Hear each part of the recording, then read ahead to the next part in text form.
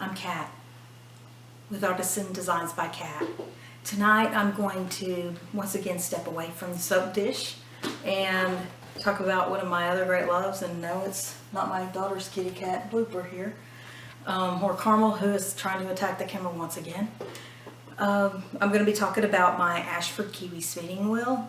I'm going to be covering some of the parts of it so that, well, whenever I started, I had Miss Mary Berry from Fancy Fibers Farm. She sold me my wheel and helped me get started on it. Taught me what I needed to know to get started. Since then I've taken part in a couple of Tour de Fleeces and a couple Spinzillas, which I get a little bit competitive about, apparently. First year that I spun in Spinzilla, I spun, I think it was 2 1/3 miles, 2.33 miles of yarn in 1 week. Yeah, 1 week. It's a crazy woman. Lost about 5 pounds that week as well, so maybe I do need to do that a little more often. I'm just going to be talking about the basic parts of this particular spinning wheel. I don't do double drive. I have never had a double drive wheel. This is my only wheel that I have that's like this. I do have a walking wheel that's out in my garage right now that I'll probably be bringing out again for Tour de Fleece. Spend a couple days working with it to meet some of the challenge runs that they have going in that. I am just basically just going to tell you the setup for the Scotch tension, and also I'll show you my super flyer, which is a bobbin lead or Irish tension. Once again, I'm not really going to be covering double drive because I'm not really super familiar with working with that, other than trying out wheels whenever I first started looking. I haven't gone anywhere. I love the way they spun, but the main thing came down to me was, could I put this in my car and take it with me whenever I go somewhere? Because I like to spin in groups as time allows. It's hard with working nights. But anyway, so Miss Berry helped me put together a couple of the spinning wheels, and we tried putting them in my trunk. We tried putting them in the front seat of my car. And I know that sounds like it wouldn't be that big of a deal, but I drive a 2-door convertible. This one just happened to fit just perfectly in my car. And I'd already been kind of undecided between the Kronsky Minstrel and this one. And cost and everything involved, I ended up with the Ashford Kiwi. I've not found anything I really can't do on it yet. It's still way more advanced than I am. I'm just a basic spinner. And anyway, enough rambling. Let's just get started with this.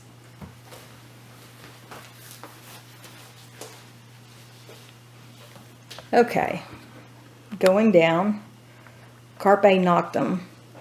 If anybody knows what that means seize the night. And since it's about 2 a.m., yep, I do seize my night. You can see the wheel on the front. You can see Carmel down here in front of it.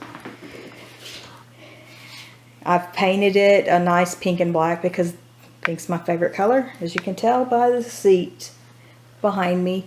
I'm a shorty too. I'm only 5'2", so that chair is very deep, and I would kill myself with my back trying to do that. And then there's my little paw. I like to try to put a paw print on my soaps and have a paw print on my spinning wheel. I'm going to take you off the tripod now for some wiggly action. Okay. The wheel itself is made out of a particle board or ply laminated wood. It makes it a lot lighter so you can carry it. I would suggest getting a little if it's gonna go a long distance, you either need to get the kind that have been modified to where you can pull the legs up, but even then you're still gonna have some trouble, especially if you have problems with your back like I do, carrying it for long distances. Anyway, so here we go. Try to get in focus, which I'm terrible at. Okay, so This part is the flyer. You have the bobbin and you have the Scotch tension. See how it's kind of hanging here? It's not super tight. The wire comes around the bobbin, fits in this first groove in the bobbin, and comes down, and then you have your spring. It's not necessary to have that spring all the way up. That's going to pull the yarn right out of your hand whenever you're trying to spin. And I think the most complicated part of spinning is just getting that tension right. Yeah, I painted my bobbins pink too for the most part. We have attacking cats, is what we have right now. They're at their most playful at this time too. Anyway, we have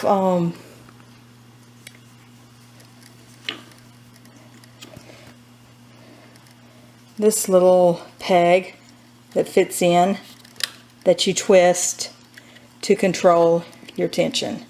It pulls on this spring which goes around the bobbin and pulls on the other spring right here. You have the drive band. This is a poly drive band and it goes up and over the whirl. So you have your bobbin here with the tension. You have the band that goes on your whirl. This particular whirl does two different sizes. I have it on the smaller size right now, but sometimes my feet treadle faster, and so I just carry it up and put it on the slower size. Have my little bling on the side here. You do need to oil this wheel, and so I oil right through here. Let's see if I can. I hate this. Okay.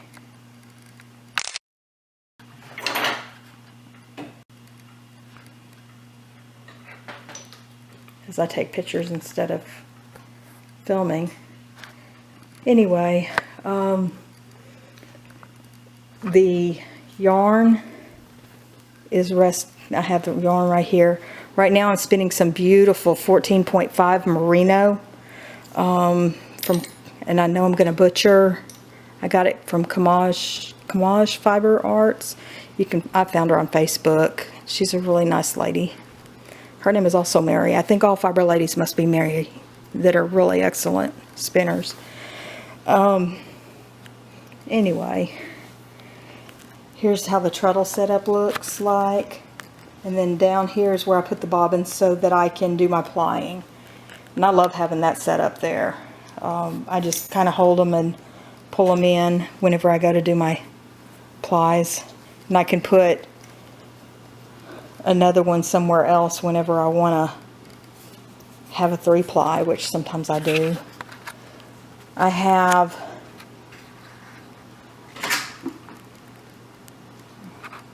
Carmel in the picture again. Anyway, whenever we take the yarn, you roll it through the hook, or through I have the ones with the round hooks, so I don't have to sit there and constantly change hook after hook. I do art yarns a lot, and so, well, art yarns meaning just they're not super consistent and not really super technical, I guess, but anyway, one-handed, this is hard to do. You put your orifice hook through the hole and up here. You hook your yarn with the orifice hook and you pull it through the orifice.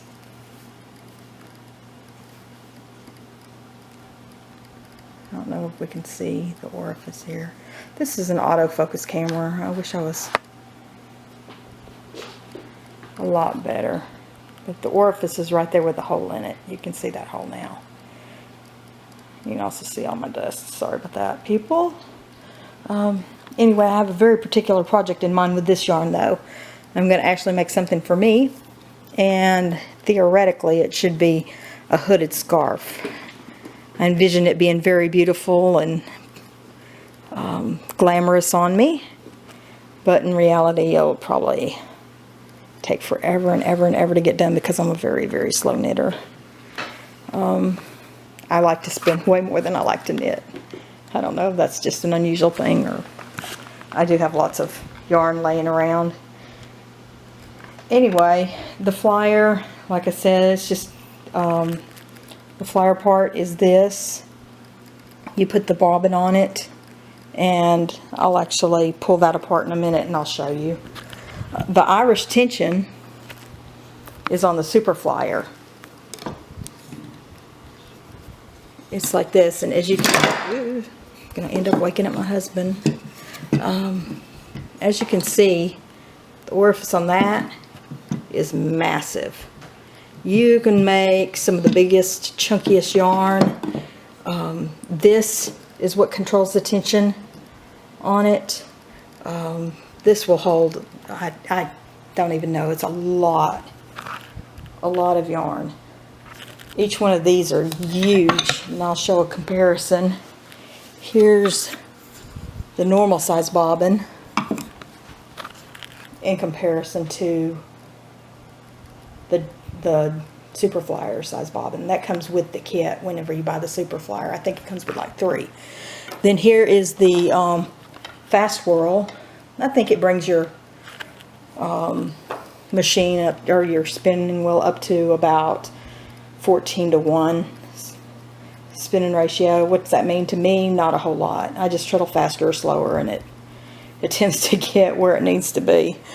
Of course, there's my little spindles that I made, and then there's Carmel. Hey, Carmel, kitty, kitty. She's mad at me. Anyway, give me just a moment, and I will pull the flyer off so I can show you how to put the flyer together. First of all, in order to take the flyer off, you take the drive wheel band and you pull it back. You take the Scotch tension, pull it to the back. Now everything can just come loose, and you pull up. You have the whirl that fits right here. You have the bobbin. So I usually oil a little bit on this, dab it on, and then kind of wipe it off with a paper towel. You put the bobbin back on. I put a little bit of oil in here too, and wipe it down so it's just the tiniest bit, and then you fit it until it fits. Do you see there's a little gap there in between? But you'll notice that this does not spin around. Then you will fit this part off the whirl into the back part and pop it down. Then you are going to take, if it's come undone, you have your Scotch tension, and it goes around the bobbin, just the bobbin part, and then there's a little hook down here where your little spring fits onto. And we're just going to leave this as it is for the moment. We're going to take what we've spun, or our little guide yarn that we have to pull the yarn onto the bobbin with, put it through here, through this hook, and then I'm going to insert the orifice hook through the orifice and pull the yarn through. At a future time, I'm going to make a wonderful turned handle out of wood or epoxy of some sort to make this a little fancier and make it a little bit more me. Maybe hand carve something on it. I think that'll be fun, and a little bit more, you know, obviously I kind of like my things to be seen from a crowd. So if you're in a crowd of spinning wheels, you will know that that is Kat's wheel. Now I also know if somebody's walking away with her. Her name is Rogue. I just like that name. Sometimes I go rogue, and a lot of times. So this is how you would thread your bobbin. versus how you would thread a bobbin in a spinning wheel. I mean, in a sewing machine. It's really very simple. I'm going to just spin some very simple yarn here and see how the tension rides. Pull just a little bit of this beautiful, beautiful fiber out, just to demonstrate. Don't need very much. And I'll just let you see how the bobbin goes around and around. I'm going to pull a little bit more out so I can have some working room.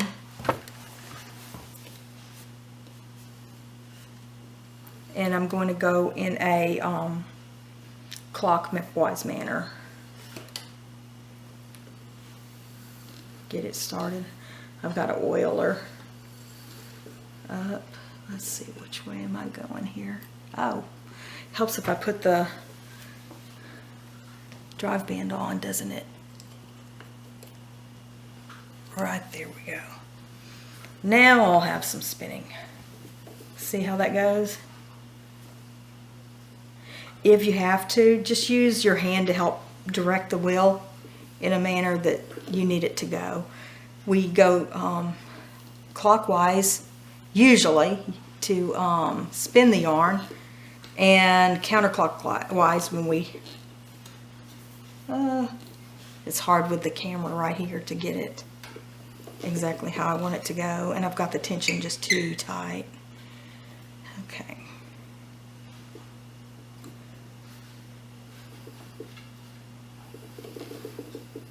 There we go. And like I said, that noise is just me needing to oil it.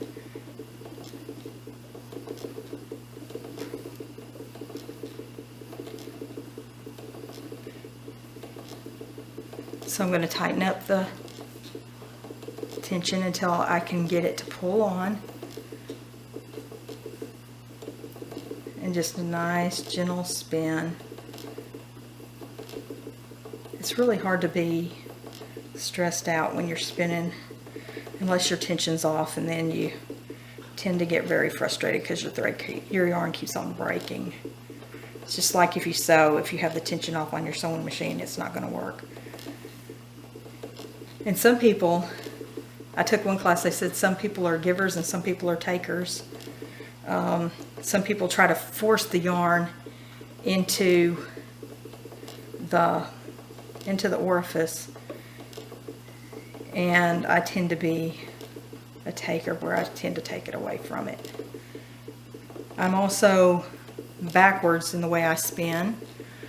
I do a left hand front short draw, which is probably the opposite of anyone wanting to go, considering I'm a right-hander. Most people do right hand short draw or right hand long draw, but my preferred is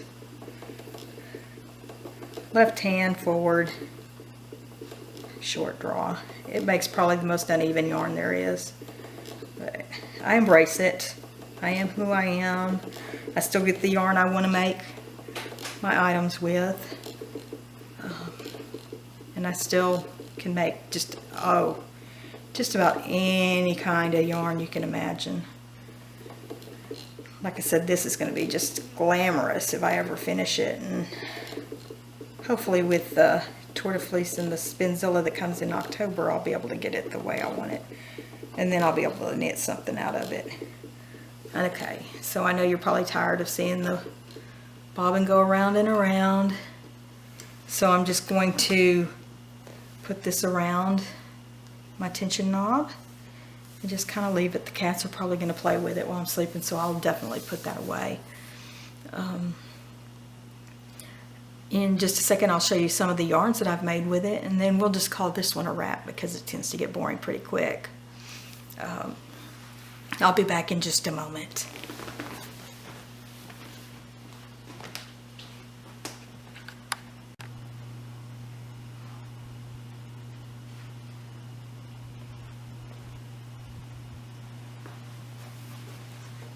Here are a few of my yarns and things. Well, I don't have very much stuff that I've made with them. I keep giving stuff away, but here's an infinity scarf. that I've knitted. All I have to do is weave in the ends. This is made out of 15.5 merino that I won in a competition with the Tour de Fleece that I did last year. It was just, oh, it's so soft. I love it. Here's some merino and silk. This is 80% merino, 20% silk. This is going to make a beautiful hat and scarf combo. It's more of a worsted weight. Here's an art yarn I made. It has mohair and cool curls and has just all kinds of fun things in it. I'm going to make probably a brim for some hats, and maybe use this as the hat top. This is a little bit more coarse. This isn't as soft as this is. This is 19 merino, 19.0 merino microns, and I've made it just a little bit even and odd, thick and thin. Just a lot of fun to wear. This is going to be for my granddaughter. I already knit a little scarf out of it, and I'm going to see if I can get just a hat for her little head. She has a tiny one. It should work. This is just some basic colonial wool that I spun. I'll post some more pictures. This is one that I dyed.